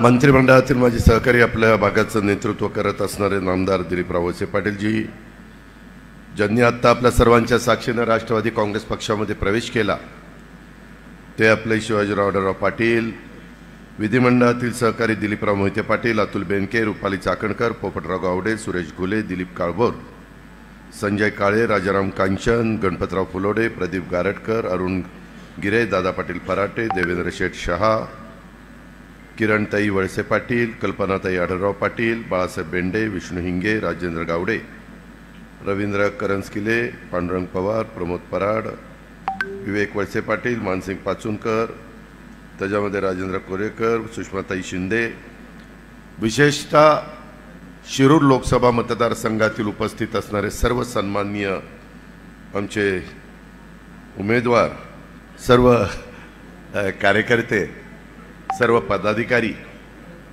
सर्व आमचे आंबेगाव परिसरातील जमलेले सगळे सहकारी, पत्रकार मित्र, बंधू भगिनींनो, माझ्या तरुण मित्रांनो, सुरुवातीलाच आपल्या सगळ्यांच्या साक्षीनं राष्ट्रवादी काँग्रेस पक्षामध्ये प्रवेश केलेले शिवाजीराव आढळराव पाटील, अरुण गिरे, सुनील बाणकेले, संतोष डोके, रवींद्र करंजकेले, लक्ष्मण काचोळे, अंजली थोरात, कल्पनाताई आढळराव पाटील, पूजा कड, चांदेरे आणि असंख्य कार्यकर्ते, मी आता सगळ्यांची नावं घेत नाही, ह्या सर्वांनी जो राष्ट्रवादी काँग्रेस पक्षामध्ये प्रवेश केलेला आहे त्याबद्दल मी त्यांचं मनापासून स्वागत करतो आणि त्यांना एक चांगला निर्णय त्यांनी घेतला. कुठल्याही परिस्थितीमध्ये दिलीपरावांनी सांगितलं त्या प्रकारे मान सन्मान सगळ्यांचा राष्ट्रवादी काँग्रेस पक्षामध्ये त्या ठिकाणी ठेवला जाईल. जुना नवा असा वाद आमच्यामध्ये आम्ही होऊन देणार नाही आणि एक जीवाने एक दिलानी माझ्या पुणे जिल्ह्याच्या सर्वांगीण विकासाच्या करता, माझ्या शिरूर लोकसभा मतदारसंघाकरता सगळेजण मिळून ह्या महायुतीच्या सरकारच्या माध्यमातून कामं करतील ह्याबद्दलचा विश्वास मी सुरुवातीलाच आपल्या सगळ्यांच्या साक्षीनं व्यक्त करतो. तसं बघितलं तर आजची ह्या परिसरामध्ये होणारी सभा ही शिरूर लोकसभेसाठी अमोल नाही तर अनमोल आहे असं म्हणायला काही हरकत नाही. माझ्या आधी अनेकांनी पूर्वीचा इतिहास सांगितला, प्रत्येकाने आपलं मन मोकळं केलं, प्रत्येकाने आपल्या मनामध्ये जी खंत आहे ती बोलून दाखवली आणि याच्याकरता काही दिवस मला लागले. मी सगळ्यांना वेगवेगळं भेटत होतो, वेगवेगळी चर्चा करत होतो. लोकसभेच्या निवडणुकी आता बरोबर 40व्या दिवशी मतदान आहे आपलं. त्याच्या आधी 7 दिवस 6 दिवस बारामती लोकसभा मतदारसंघाचं मतदान आहे. पण माझ्या शिरूर, माझ्या मावळ आणि माझ्या पुणे या 3 लोकसभा मतदारसंघाचं मतदान हे 13 तारखेला आहे. 40 दिवस राहिलेले. शिवाजीरावांना निवडणुकीची माहिती आहे, अनुभव आहे, त्यांनी त्याच्याबद्दलची पार्श्वभूमी सांगितली. दिलीपरावांना आहे, तुम्हाला आम्हाला सगळ्यांना आहे. निवडणुका आपल्याला नवीन नाही. पाठीमागच्या काळामध्ये मला आठवत आहे राष्ट्रवादी काँग्रेस पक्षाची स्थापना झाली त्यावेळेस आंबेगाव तालुक्याचे राष्ट्रवादी काँग्रेस पक्षाचे अध्यक्ष हे शिवाजीराव आढळराव पाटील होते. दिलीपरावांच्या प्रयत्नातनं जो आपला भीमाशंकर सहकारी साखर कारखाना, ज्याच्यातनं तुमच्या माझ्या परिसरामध्ये एक आर्थिक बळकटी मिळाली, एक ह्या परिसरामध्ये संपूर्ण चित्र बदलून गेलं, आर्थिक सुबत्ता आली, त्याच्यामध्ये मुख्य प्रवर्तक म्हणून दिलीपराव काम करत होते. नंतर शिवाजीरावांच्यावर पण त्यांनी ती जबाबदारी दिलेली होती. मला आठवत आहे, मला जसं राजकारणाचं थोडं बहुत कळायला लागलं तसं ह्या परिसरामध्ये एक निवडणूक झाली रामकृष्ण मोरे वर्सेस ज्ञानेश्वर खैरे आणि त्याच्यामध्ये अचानक रामकृष्ण मोरेंनी एक तरुण सहकारी, तरुण नेता या नात्याने खेड लोकसभा मतदारसंघ नाव होतं, त्याच्यामध्ये यश संपादन केलं. त्याच्यानंतरच्या काळामध्ये आपल्या तालुक्याचे सुपुत्र किसनराव बाणखेले यांनी देखील लोकसभेची निवडणूक जिंकली. त्याच्यानंतरच्या काळामध्ये नानासाहेब नवले आणि मी बारामती लोकसभा मतदारसंघातनं 91ला उभे राहिलो, खेडमधनं ते स्वतः उभे राहिले, विठ्ठलराव गाडगे पुण्यातनं उभे राहिले, त्यावेळेस नानासाहेब आणि मी त्या ठिकाणी निवडून आलो. त्याच्यानंतर लगेचच निवृत्तीशेठ शेरकरांना आपण उमेदवारी दिली, ते निवडून आले. त्याच्यानंतरच्या काळामध्ये राष्ट्रवादी काँग्रेस पक्ष नवीन पक्ष अस्तित्वाला 9 जून 1999ला आणि सगळ्यांनी स्वतंत्र निवडणुका लढवल्या. काँग्रेसचा उमेदवार असताना देखील अशोक मोहोळ राष्ट्रवादी काँग्रेस पक्षाचे निवडून आले आणि ती 99ची निवडणूक आपण जिंकली. दिलीपरावांनी सांगितलेली गोष्ट खरी आहे. 2004ला असाच प्रसंग आला आणि पक्षाने सांगितलं की अजून एक टर्म त्यांना देऊ, परंतु त्यावेळेस अशोक अण्णा, शिवाजीराव आढळराव पाटील, प्रकाश मस्के, विश्वास येनपुरे आणि बहुतेक 1-2 कोण होते, असे सर्वांना आम्ही फिरवायचो आणि सगळ्यांना भाषणं करायला सांगायचो की पक्ष जो देईल उमेदवार त्याला आम्ही त्या ठिकाणी निवडून देऊ, त्याचं काम करू. पण त्यावेळेस अशोकराव मोहोळांना असं वाटलं की एकट्या राष्ट्रवादीचं आपण निवडून आलो, आता तर 2004ला राष्ट्रवादी आणि काँग्रेस एकत्र आलेली आहे, आघाडी केलेली आहे, त्यामुळं तर निवडणूक सोपीच आहे. आणि त्याच्यातून ज्या प्रकारे निवडणुकीमध्ये त्यांनी लक्ष द्यायला पाहिजे तसं लक्ष दिलं नाही. आणि शिवाजीराव दादांनी शिवाजी महाराजांच्या भाषेत सांगायचं गनिमा काव्वा केला, कुणाला कुठं त्या ठिकाणी थांबवलं तर गाव पॅक होतं. पूर्वी गाव पॅक व्हायची, आता होत नाही. मला आठवतं सुरुवातीला एक केलं, दादा गाव पॅक झालं, आता ती पोरं म्हणतात पॅक झालं का, बघतोस तुझ्याकडं. त्याच्यामुळं अलीकडं नवी पिढी वेगळा विचार करते. महिलांना सुबत्ता दिलेली आहे, महिलांना मान सन्मान दिलेला आहे, त्याही निर्णय प्रक्रियेमध्ये आलेले आहेत. पुढच्या वर्षी तर महिलांना आता आरक्षण लोकसभेला विधानसभेला मिळणार आहे. आताची निवडणूक नाही, परंतु 2029ची निवडणूक या देशामध्ये संपूर्ण देशातनं महिला ह्या देखील 1/3 निवडून जाणार आहेत. त्याच्याबद्दलचं बिल पण पास झालेलं आहे, तोही आपल्याला काळ बघायला मिळेल. त्याच्यामध्ये कुठल्या महिलांना संधी मिळेल. परंतु हे सगळं होत असताना शिवाजीरावांनी जे कष्ट घेतले आणि 2004ला राष्ट्रवादी काँग्रेस पक्ष फुल स्विंगमध्ये होता, सगळ्यात जास्त आमदार निवडून आले होते. तिथं भुजबळ साहेब का आर पाटील मुख्यमंत्री होणार अशी चर्चा होती. पण अचानक पक्षांनी, वरिष्ठांनी त्याच्यामध्ये 4 मंत्रिपद आणि 4 खाती जास्त घेतली आणि मुख्यमंत्रीपद सोडलं. विलासराव पुन्हा दुसऱ्यांदा मुख्यमंत्री झाले. हा काळ पण आपल्याला माहिती आहे, मला पुन्हा ते उगाळत काढायचं नाही. पण त्यावेळेस राष्ट्रवादीची हवा राज्यात होती. मी आर पाटील, दिलीप वळसे पाटील, जयंत पाटील, सुनील तटकरे, आम्ही सगळी यंग टीम तिथं काम करत होतो आणि त्याच्यातनं एक चांगला समाजामध्ये मेसेज गेलेला होता आणि त्याच्यामुळंच आपण नंबर 1ला पोचलेलो होतो. पण तिथं देखील आम्ही, मला वाटतं त्यावेळेस 2004ला माझ्या माहितीप्रमाणे विलासला उभं केलं ना, विलास लांडेला 2004ला उभं केलं नाही, 2004ला अशोक मोहोळांना त्यांनी पराभूत केलं. 2009ला ध्यानीमनी नसताना पुन्हा निवडणूक आली. पुन्हा मला नेहमी वाटायचं, मी जिल्ह्यामध्ये राष्ट्रवादी काँग्रेस पक्षाचा कार्यकर्ता म्हणून काम करत असताना प्रत्येक तालुक्यामध्ये राष्ट्रवादी निवडून आली पाहिजे अशा पद्धतीनं मला वाटायचं. आणि तशा पद्धतीनं मावळामध्ये देखील आपल्या बाफरासाहेबांच्या नंतर आपण यावेळेस सुनीलला निवडून आणायला प्रयत्न केला. अशा सगळ्याच तालुक्यामध्ये आपण आपले उमेदवार निवडून आणले. तसं मला वाटायचं की आपल्याला इथली पण जागा ही मिळाली पाहिजे. शिरूर हा लोकसभा मतदारसंघ झाला, मतदारसंघाची फेररचना झाली आणि त्याच्यातून शिवाजीरावांनी तर अक्षरशः 2009ला देखील ते काही लाखांनी निवडून आले. मला वाटलं नव्हतं की एवढ्या यश ते मिळवतील. आम्हाला वाटलं की विलासरावांचे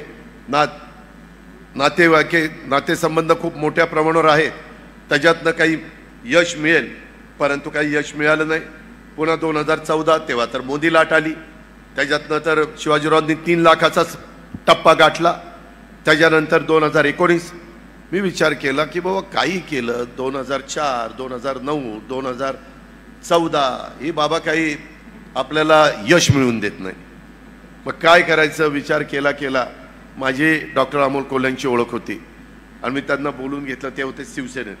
माझ्या मुंबईच्या घरी प्रेमकोट म्हणून आपल्या मंत्रालयाच्या मागं माझा फ्लॅट आहे, तिथं बोलून घेतलं. ते म्हणले दादा, आणि तिथं सारखे उद्धव ठाकरे साहेब वगैरेंचे फोन यायला लागले. मी त्यांचा फोन घेतला काढून आणि म्हणलं आता फोन तुम्ही कोणाचा घेऊच नका. मी माझ्याकडे घेतला. त्यांना म्हणलं आता तुम्हाला राष्ट्रवादीमध्ये यायचं. ते म्हणलं नाही दादा, माझा हा पिंड नाही, मी एक कलाकार आहे, मी आज मालिकेमध्ये काम करतोय, माझं एकंदरीत राजकारणाशी दोघांजोड पण संबंध नाही. म्हणलं नाही, कारण मी विचार केला की बाबा ह्या बाबाला जर आपल्याला राष्ट्रवादीला यश मिळवून द्यायचं म्हटलं तर मागं कुणी कुणी काय काय केलं त्यावेळेस माझ्या लक्षात आलं, राजकीय लोक एखादा उमेदवार पराभूतच होत नाही म्हटलं की अभिनेत्याला काढतात. कधी अमिताभ बच्चनला काढलं, कधी हेमा मालिनीला काढलं, कधी धर्मेंद्रला काढलं, कधी गोविंदाला काढलं, म्हणजे निवडणुकीला काढलं, नाहीतरी कुठलं काढलं. कधी अशा त्यांना वेगवेगळ्या पद्धतीनं राजेश खन्नाला उमेदवारी दिल्लीमध्ये दिलेली होती. जिथं उमेदवार पराभूत होत नाही तिथं त्या ग्लॅमरचा फायदा घ्यायचा, सेलिब्रिटीचा फायदा घ्यायचा आणि त्याच्यातून नेमकं त्या काळामध्ये ती मालिका जोरात चालली होती आणि ती मालिका बंद पण केली नाही निवडणूक आयोगाने.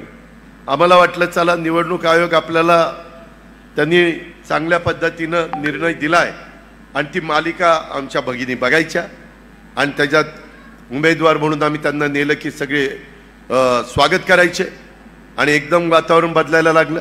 वातावरण बदलायला लागलं तसं त्यांनी आम्हाला सांगितलं होतं खर्च मी करणार नाही. मी म्हटलं 3 मतदारसंघाची जबाबदारी दिलीप वळसे पाटील घेतील, 3 मतदारसंघाची जबाबदारी अजित पवार घेईल, काही करू नका, फक्त प्रचाराला वेळ द्या. वेळ दिला, निवडून आले. शिवाजीरावांचा त्याच्यामध्ये पराभव झाला. निवडून आल्यानंतर एखादा जरी अभिनेता असेल, कलाकार असेल, सेलिब्रिटी असेल तर ज्या भागातनं आपण निवडून जातो तिथं संपर्क ठेवायचा असतो. मी त्यांना म्हणालो की बाबा तुम्ही संपर्क ठेवा, फक्त संपर्क ठेवा. ते म्हणले दादा हे माझं काम नाही आहे, मी सेलिब्रिटी आहे. हे लोक जे निवडून गेलेले सेलिब्रिटी ते काही तिथं हे करतात का, मतदारसंघात लक्ष देतात का? नाही, ते कार्यकर्त्यांनी बघायचं असतं. अरे म्हणलं तुम्ही लोकसभेची निवडणूक आहे, देशाचं भवितव्य ठरवण्याचं काम तिथं पार्लमेंटमध्ये होतं आणि तुम्ही जर मतदारसंघात फिरणार नाही. दिलीप मोहिते पाटील तक्रार करायचे, दादा खासदार येत नाही. बाकीचे आमदार तक्रार करायचे. त्याच्यानंतर बहुतेक महेश लांडगे सोडले तर बाकीचे आमदार राष्ट्रवादीचे निवडून आले. त्याच्यामध्ये दिलीपराव वळसे पाटील कसं तरी त्या ठिकाणी सांभाळून घ्यायचे, पण बाकीचे मला म्हणायचे की हे काही बरोबर नाही आणि संपर्क तुटत चालला. आणि एक दिवस माझ्याकडे आले म्हणले हे संपलं, कोरोना संपला आणि मला म्हणले दादा मला राजीनामा द्यायचा. अरे म्हणलं कशाला, लोकांनी 5 वर्ष निवडून दिलं, राजीनामा कुठं द्यायला निघाला? नाही म्हणले आपल्याला जमतच नाही, माझ्या मालिका असतात, माझे चित्रपट असतात, मला प्रॅक्टिस करावी लागते, त्याच्यामध्ये मला वेळ द्यावा लागतो, मालिकेचं शूटिंग रात्री उशिरापर्यंत चालतं. ही गोष्ट खरी आहे. मगाशी कोणीतरी सांगितलं ते फोनवर पण त्यांचा कॉन्टॅक्ट व्हायचा नाही कारण ते त्यांच्या त्या कामाला जास्तीचं महत्त्व द्यायचे. मित्रांनो, ज्यावेळेस आपण समाजाचं हित डोळ्यासमोर ठेवून राजकीय क्षेत्रात आणि सामाजिक क्षेत्रामध्ये काम करण्याचा निर्णय घेतो त्यावेळेस काही गोष्टी आपल्याला बाजूला ठेवाव्या लागतात. जे शिवाजीरावांनी स्वतः खासदार झाल्यानंतर त्यांचाही बिझनेस होता, ते पण डिफेन्स मिनिस्टरीला लागणारे जे काही स्पेअर पार्ट्स आहेत ते त्या ठिकाणी तयार करायचे. पण त्यांनी जनतेचा जे प्रश्न आहेत त्याला अग्रक्रम दिला आणि त्याची ती पुस्तिका मी आत्ताच तुमच्या सगळ्यांच्या समोर प्रकाशन केलं. मी फार बारकाईने ते पाहत होतो. नेहमी मला अनेक वर्ष तुम्ही जिल्ह्यानी पालकमंत्री पद दिलं, त्याच्यामध्ये देखील चर्चा करत असताना आमचे कधी मतभेद व्हायचे नाही. काही मतभेद झाले त्याच्याबद्दल खुलेपणाने त्यांनी आणि दिलीप मोहिते पाटलांनी त्याचा खुलासा आपल्या सगळ्यांच्या समोर केलेला आहे. मी एकदा निवडून आल्यानंतर ती व्यक्ती जसं आमदार 5 लाखाचं प्रतिनिधित्व करतो तसं खासदार जवळपास 25 लाख लोकांचं प्रतिनिधित्व करतो. आज तुम्हाला माहिती आहे या शिरूर आणि भोसरी या 2 मतदारसंघामध्ये 11 लाख मतदार आहे. सॉरी, हडपसर आणि भोसरी 11 लाख आणि तुमचे जुन्नरखेड आंबेगाव ह्याचं मतदान आहे 9.5 लाख किंवा 10 लाख धरा आणि त्यात 2चं 11 लाख मतदान आहे. आपल्याला दिलीप वळसे पाटील साहेब, शिवाजीराव आढळराव, आपण महायुतीचे उमेदवार म्हणून त्या ठिकाणी चाललेलो आहे. बऱ्याचदा मी मागे बघायचो, लोकांना देशामध्ये तिसऱ्यांदा बहुसंख्य देशातल्या जनतेला पंतप्रधान तिसऱ्यांदा नरेंद्र मोदी साहेबांना करायचं आहे. हा जनतेचा साधारण कौल आहे. जर आपण त्याच्यामध्ये सर्वे केला तर तेच पाहायला मिळत आहे. कारण गेले 10 वर्ष अतिशय हिमतीनं तुमच्या माझ्या देशाची शान आणि मान वाढवण्याचं काम जागतिक पातळीवर झालेलं आहे. कधी तुमच्या माझ्या देशाला जगाच्या वेगवेगळ्या भागामध्ये एवढं वेलकम केलं जायचं नाही, एवढं महत्त्व दिलं जायचं नाही. दिलं जायचं पण आत्ताच्या तुलनेमध्ये एवढं नाही.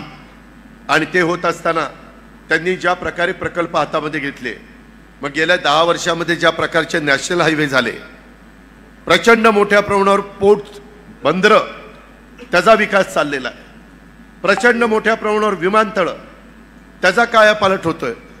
परवा पंतप्रधानांनी आपलं पुण्याचं टर्मिनलचं उद्घाटन केलं.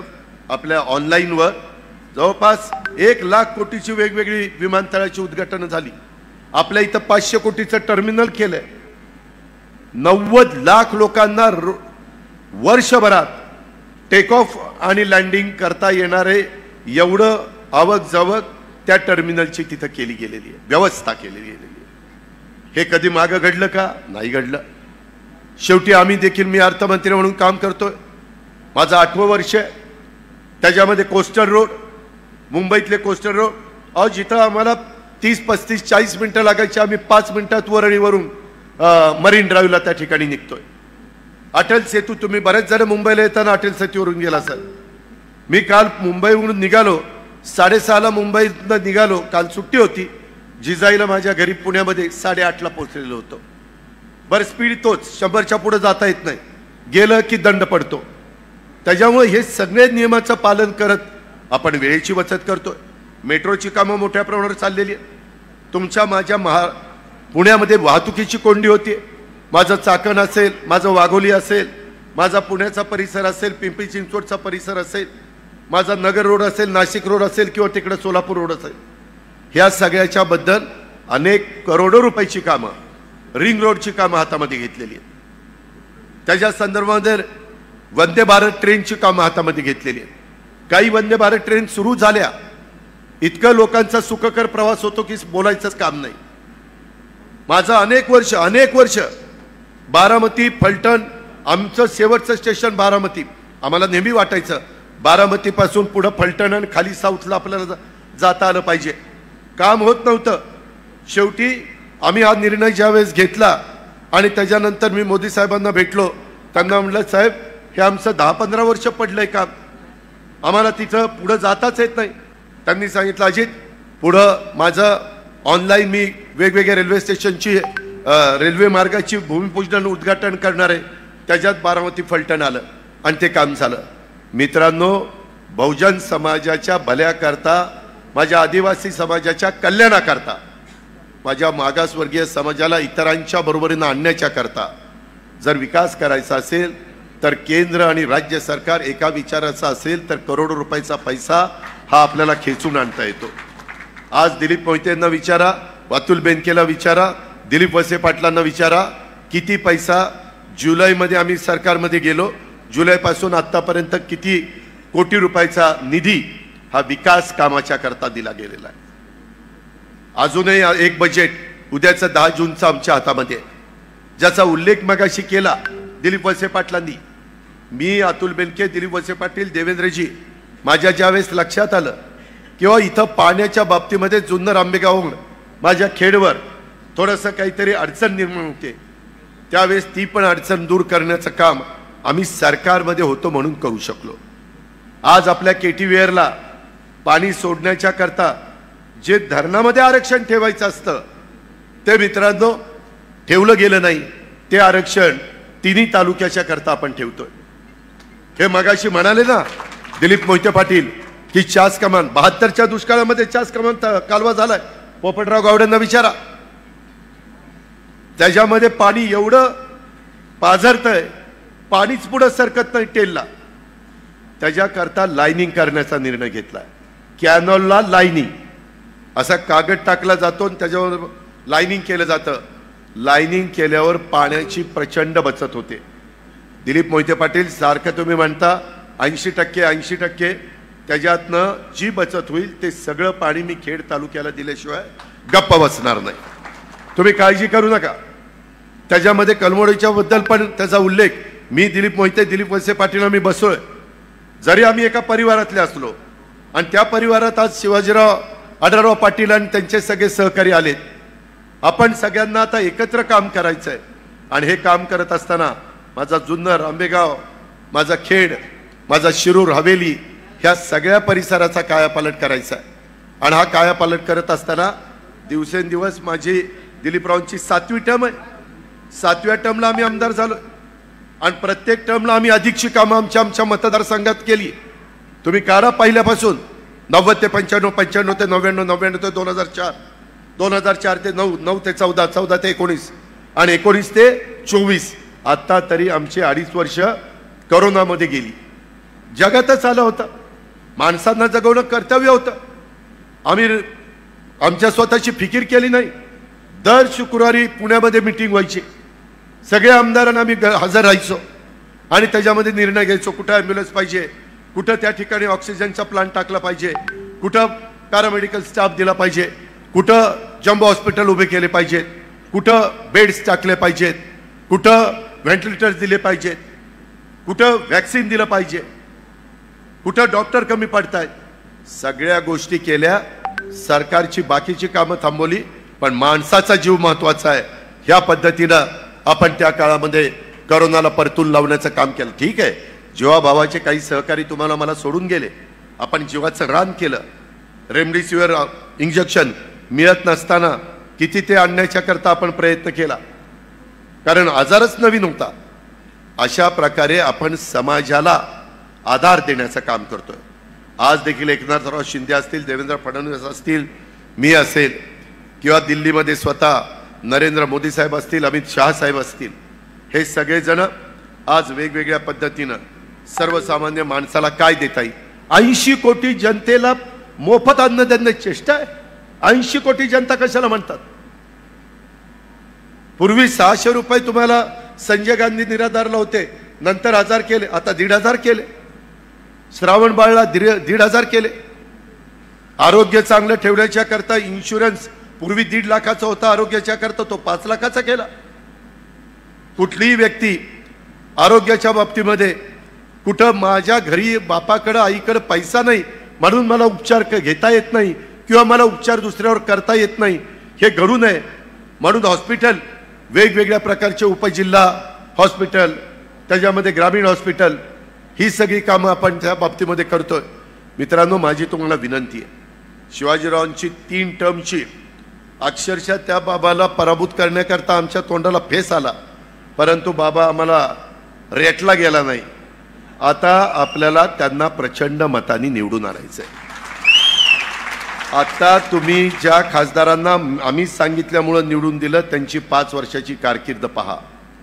इतकं सांगायचो नका देऊ राजीनामा, नका देऊ, परत निवडणूक जर लागली तर लोक आम्हाला मारतील, म्हणतील की तुम्ही 5 वर्षाच्या करता तुमचा उमेदवार राहत नाही. काय पोरखेळ वाटला सारख्या सारख्या निवडणुकीला मतदान करायला?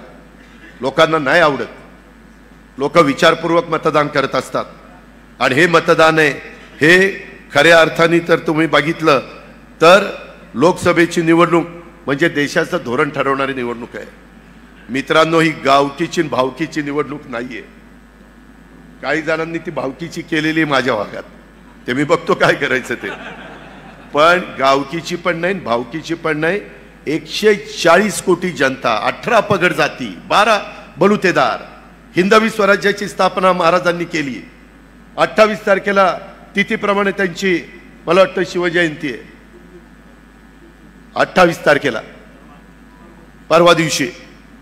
मित्रांनो, हे सगळं आज ही सगळी कामं करत असताना आम्ही अनेक वर्ष विचार करत करत आपलं तुळापूरचं, आपलं वडूचं छत्रपती संभाजी महाराजांचं स्मारक, शिवनेरीला पायथ्याशी मला अतुल बेनके मागे लागला होता, तिथं आपण चांगल्या प्रकारचं पर्यटक आल्यानंतर कशा प्रकारचे शिवाजी महाराजांच्या काळातली हत्यारं होती, कशा प्रकारे तो काळ होता, तो समजून सांगण्याच्या करता आपण तिथं निधी मंजूर केलेला आहे. साईबाईंचं स्मारक, त्यांचा वाडा तिथं सापडलेला आहे, ते तिथं आपण त्या ठिकाणी करतोय. क्रांतीवीर लौजी वस्ताद साळवे, त्यांचं स्मारक अतिशय भव्य दिव्य पुण्यामध्ये करतोय. कुठल्याही जाती धर्माला हे सरकार आमचाही सगळ्यांचा विचार करतोय, ही भावना आम्ही सगळेजण अष्टविनायकाच्या संदर्भात वेगवेगळ्या प्रकारच्या सुविधा त्या देण्याच्या करता आपण तिथं मदत करतोय. अशा अनेक गोष्टी, मी कितीतरी गोष्टी तुमच्याकरता सांगू शकेन. आज खऱ्या अर्थाने आपल्याला पुणे आणि नाशिक हा त्रिकोण पूर्णच करायचा आहे.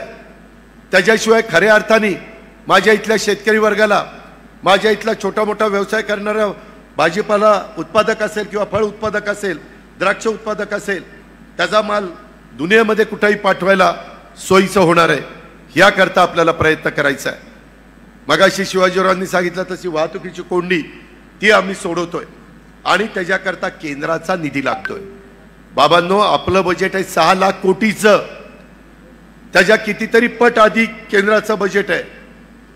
केंद्र म्हणजे अख्खा समुद्रासारखा आहे आणि म्हणून आपल्याला मोदी साहेबांना सपोर्ट करण्याच्या करता खासदार निवडून पाठवायचे.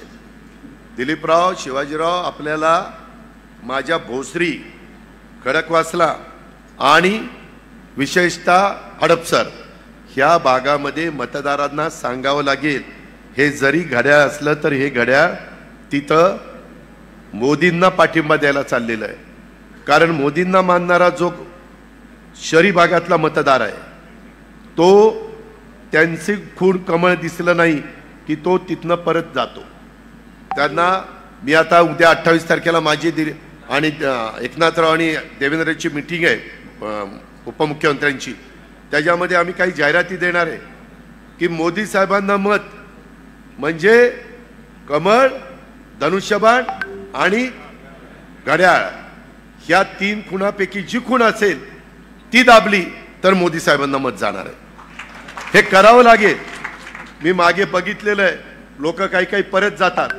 त्याकरता विशेषतः इथं माझा शिरूरचा पण हवेली परिसरातले विधानसभा मतदारसंघातले दिलीपराव, रवी काळे सगळे सहकारी बसलेले, दादा आहे, राजेंद्र आहेत, बाकीचे तिथं मानसिंग आहे, बरेच जण आहेत. त्यांना पण शहरी भागामध्ये वाघोलीची लोकसंख्या वाढलेली आहे, शांताराम पण इथं आहे. त्या प्रकारेच आपल्याला काम करावं लागेल. आपण पाठीमागच्या काळामध्ये एकमेकाच्या विरोधात जिल्हा परिषद, तालुका पंचायत, नगरपालिका ह्या निवडणुका लढलोय. मागचं झालं गेलं ते गंगेला मिळालंय. आता नवी सुरुवात आहे, त्याच्यामध्ये मिळतं जुळतं घ्यावं लागेल. लोकसभा, विधानसभा देशाच्या आणि राज्याच्या भवितव्याच्या दृष्टिकोनातनं फार महत्त्वाच्या निवडणुका आहेत. त्याच्यातनं कायदा सुव्यवस्था, त्याच्यातनं जातीय सलोखा, त्याच्यातून एक चांगलं वातावरण हे आपल्याला निर्माण करायचं आहे. आणि ती करण्याची ताकद आणि धमक ह्या लोकसभेत आणि विधानसभेमध्ये. आज विरोधक कारण नसताना, आज त्यांच्याकडे मुद्दा नाही. आपल्या इथंही विकासाच्या बद्दलचा मुद्दा विरोधकांना काढता येणार नाही. सगळ्या मतदारसंघामध्ये डेव्हलपमेंट झालेली आहे, चाललेली आहे. पण आता नवीनच काय काढतात, निवडणूक आली की संविधान बदलणार. साफ खोट आहे. तुम्ही राहुल गांधींची परवाची शिवाजी पार्कची सभा ऐका. त्यांनी सांगितलं संविधान कुणी बदलू शकत नाही. आम्ही सांगतो संविधान कुणी बदलू शकत नाही. आम्ही सांगतो जोपर्यंत चंद्र आणि सूर्य आहे तोपर्यंत घटनेचे शिल्पकार डॉक्टर बाबासाहेब आंबेडकरांनी दिलेलं संविधान कुणी बदलू शकत नाही. हे थोतांड आहे, हे चुकीचा प्रचार आहे, दिशाभूल करण्याचं काम चाललंय. माझ्या मागासवर्गीय समाजामध्ये चलबिचल निर्माण करण्याचं काम हे काही जण करतायत. हे आपल्याला हाणून पाडायचंय. काही जण म्हणतात घटना बदलणार. अरे 10 वर्षात कधी घटना बदलली गेली नाही आणि कुठं घटना बदलणार, काही बोलता. मग सांगतात की आता पुढं निवडणुकाच होणार नाही. अरे निवडणुका होणार नाही, भारत देशातली जनता काही गप्प बसणार आहे? निवडणुका होणार नाही. इंदिराजींनी त्या सर्वोच्च पदावर असताना इमर्जन्सी आणीबाणी आणली. लोकांनी नंतर राग व्यक्त केला, त्यांनाही पराभूत केलं. हा इतिहास आहे आपला. त्याच्यामुळं आज विरोधकांना सगळेजण एकत्र आलेत आणि एकमेव उद्दिष्ट त्यांना मोदी साहेबांना तिथनं हटवायचं आहे. वास्तविक देवेगौडा एकेकाळी पंतप्रधान होते, त्यांनी मोदी साहेबांना पाठिंबा दिलेला आहे. नितीश कुमार, मला आठवतंय गेल्या टर्मला मोदी साहेबांच्या समोर विरोधी पक्षाचे उमेदवार म्हणून त्यांचं नाव घेतलं जात होतं. त्यांनी मोदी साहेबांना पाठिंबा दिला आहे. आम्ही देखील सगळ्यांनी मिळून पाठिंबा दिलेला आहे. आम्ही चूक केलेली नाही. विकासाच्या मागे आम्ही गेलोय. आम्ही विचारधारा सोडलेली नाहीये. शिवशाहू फुले आंबेडकरांची विचारधारा हीच आमची विचारधारा आहे. त्याच्यामध्ये कुठं तसोभर देखील आम्ही कॉम्प्रोमाइज केलेलं नाहीये. पण शेवटी राज्याचं भलं झालं पाहिजे, देशाचा विकास झाला पाहिजे. देशाची अर्थव्यवस्था 5व्या क्रमांकावर आहे जगात, ती 3ऱ्या क्रमांकावर आणायची आहे. $5 ट्रिलियन ही अर्थव्यवस्था गाठायची आहे. त्याच्याकरता प्रचंड काम करावं लागणार आहे, प्रचंड विकास करावा लागणार आहे. हे सगळं आज नवी संसद केली का, तर आमच्या महिला तिथं आल्या, 200-250 महिला वाढल्या, संसदेची संख्या 800 पर्यंत गेली, तर त्यांना बसायला जागा नको का? उद्याची 50 वर्ष डोळ्यासमोर ठेवून आखणी चाललेली आहे. चंद्रयान आपण तिथं चंद्रावर गेलो, सगळ्या बाबतीमध्ये प्रगती चाललेली आहे. आज आजूबाजूची राष्ट्र वाकड्या नजरेने बघत नाहीत. मागच्या वेळेस पुलवामामध्ये पहाटेच जाऊन त्यांच्यावर बॉम्बार्डिंग केलं, परत पाकिस्तान जी गबगार पडलाय ती गबगारच पडलाय. कारण मजबूत नेता असावा लागतो. आज तुमचा आंबेगाव तालुक्याचा विकास का झाला? दिलीप वळसे पाटलांच्या सारखा मजबूत नेता तुम्हाला मिळाला म्हणून विकास झाला. शिवाजीराव आढळरावांनी पण खासदार असताना का साथ दिली? की तालुक्याचा भलं होत आहे. विरोधाला विरोध करणं हे कुणी त्याच्यामध्ये मनात ठेवलेलं नाहीये. आणि त्याकरता आपला जिल्हा तर एवढा झपाट्याने पुढे चालला, एवढं नागरीकरण होत आहे. त्याकरता आपल्याला आपल्या विचाराचे आमदार, आपल्या विचाराचे खासदार, आपल्या विचाराचं केंद्र सरकार, आपल्या विचाराचं राज्य सरकार हे आल्यानंतर प्रश्न ताबडतोब निकाली लागतात, काढता येतात. PMRD आपलं ते आपल्या माझ्या बारामती लोकसभा मतदारसंघात, शिरूर लोकसभा मतदारसंघात येतं. तिथले प्रश्न आहेत, त्याच्या संदर्भामध्ये काही महानगरपालिकेचे दोन्हीचे प्रश्न आहेत, नवीन गावांचे प्रश्न आहेत, शास्त्रीकराचे प्रश्न आहेत, इतर करांचे प्रश्न आहेत. त्या सगळ्याच्या संदर्भामध्ये आम्हाला त्याचा बारकाईनं अभ्यास आहे. आमचा उद्याचा आम्ही दिलेला उमेदवार, मी आज या जाहीर सभेच्या निमित्तानं दुपारी मी सुनील तटकरेंची रायगडमधली उमेदवारी महायुतीचे उमेदवार म्हणून जाहीर केली. शिरूर लोकसभा मतदारसंघामध्ये महायुतीचे उमेदवार शिवाजीराव आढळराव पाटील हे उद्याच्याला तिथं उमेदवार राहणार आहे. तुम्ही गाळ बसू नका, तुम्ही कामाला लागा. आपल्या समोरचा उमेदवार आधीपासून कामाला लागलेला आहे. तो डायलॉगबाजी करण्यात वस्ताद आहे. त्याच्यामध्ये डायलॉगबाजी करणं म्हणजे चित्रपटात आणि तुमच्या मालिकेमध्ये ठीक आहे, नाटकामध्ये ठीक आहे. जनतेच्या समोर घाम गाळावा लागतो, काम करावं लागतं. ते काम करण्याची धमक त्या शिवाजीराव आढळराव पाटलांच्या मध्ये आहे. त्याचा अनुभव आपण 15 वर्षाचा घेतलेला. त्यांची 15 वर्षाची कारकीर्द काढा, यांची 5 वर्षाची काढा. जरी आम्ही त्यांना निवडून आणण्याच्या करता जीवाचं रान केलं, आम्ही काही मनकावडे नाही. आम्हाला वाटलं नाही की बाबा ह्यांना निवडून आल्यानंतर ही बाबा राजीनामा द्यायला निघेल, ही बाबा म्हणेल मला राजकारण नकोच. ते म्हणतात माझं कामच नाहीये. अरे काम नाही तर उभा करायला. तिथं वेगवेगळ्या प्रकारचे चित्रपट काढत बसायचं होतं आणि एकीकडेच म्हणायचं मी छत्रपती शिवाजी महाराजांची भूमिका करतो, मी छत्रपती संभाजीराजांची भूमिका करतो. अहो 2022ला why I killed Mahatma Gandhi, तुम्ही नथुराम गोडसेची भूमिका केली ना. हे कसं काय केलं? हे पटलं का तुम्हाला? तुम्ही ती भूमिका केलेली सांगता, ही भूमिका केलेली सांगा. बघू काँग्रेसवाले तुमचा प्रचार करतायत का? आणि जर तुम्हाला वेगवेगळ्या भूमिकाच करायच्या आणि जनतेचे प्रश्न सोडवायचे नाही, जनतेच्या करता उपलब्धच राहायचं नाही, सकाळ दुपार संध्याकाळ. पूर्वी आम्ही 91ला आमदार झालो, खासदार झालो, त्यावेळेस किती खासदारकीचे 7.5 लाख 8 लाखाचा मतदारसंघ असायचा. 7.5 लाखच किंवा 8 लाख. आताचे मतदारसंघ झालेत 25 लाखाचे. उलट लोक आता जास्त ऍक्टिव्ह झालीत. Social media, print media, electronic media, कुठं काय खटकलं की लगेच कळतंय. लोक जागृत झालेले आहेत. अशा सगळ्याच्या बाबतीमध्ये सतत तुम्हाला उपलब्ध राहणारा खासदार पाहिजे.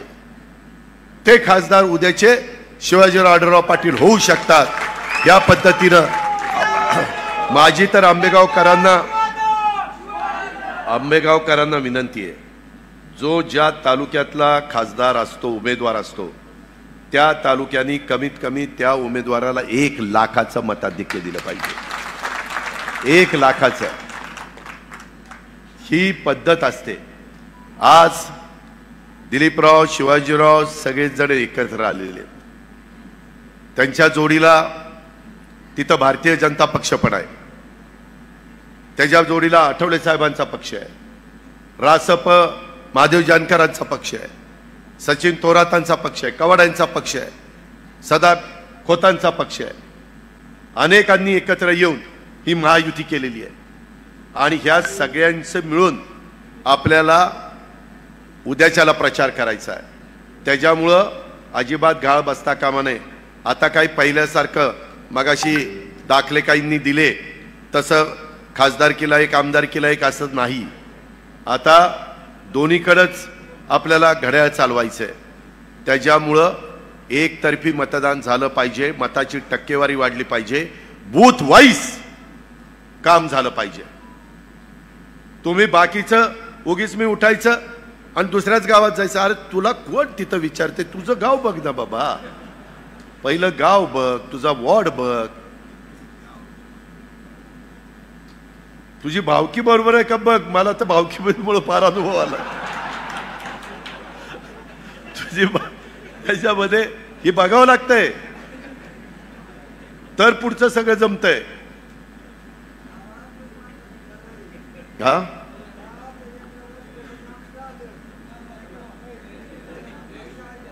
अरे थांब रे, तुझं नंतर ऐकतो, गाडीत जाताना ऐकतो। त्याच्यामध्ये मी खोटंच नाही सांगत, बऱ्याचदा गावचे सरपंच पण आपण नसतो आणि जाऊन सांगतो इकडं मतदान करा, तिकडं मतदान करा, आणि गावातला सरपंच दुसऱ्याच बाजूचा असतो। लोक म्हणतात तुझं गाव आहे का रे, तुझ्या बरोबर आलाय आम्हाला सांगायला, अमकं करा तमकं करा। त्याच्यामुळं जे नगरपालिकेत काम करतात, जे महानगरपालिकेत काम करतात, त्यांनी त्यांचा वॉर्ड प्रभाग सांभाळावा। जे माझ्या ग्रामपंचायतीत काम करतात त्यांनी त्यांचा वॉर्ड सांभाळावा। जे प्रमुख तालुक्याचे नेते असतील, जिल्ह्याचे नेते असतील, राज्याचे नेते असतील, ते त्यांचा प्रचार वेगवेगळ्या पद्धतीनं करतील। वेगवेगळ्या वक्त्यांच्या सभा ह्या कशा टाकायच्या त्याबद्दलची पण आखणी व्यवस्थितपणे त्या बाबतीमध्ये केली जाईल। बोलताना गाव पातळीवर देखील घोंगडी बैठका किंवा काही करत असताना, आदिवासी भागात जात असताना सगळीकडं काही लोकांनी काही वेगळं मत व्यक्त केलं तर ऐकून घ्या, त्याला समजावून सांगा की बाबा नाही रे, असं असं आहे, आपण ह्याच्यातनं असा मार्ग काढतोय। मार्ग काढण्याची धमक आणि ताकद महायुतीमध्येच आहे आणि केंद्रामध्ये एनडीए सरकारमध्येच आहे, मोदी साहेबांच्या मध्येच आहे।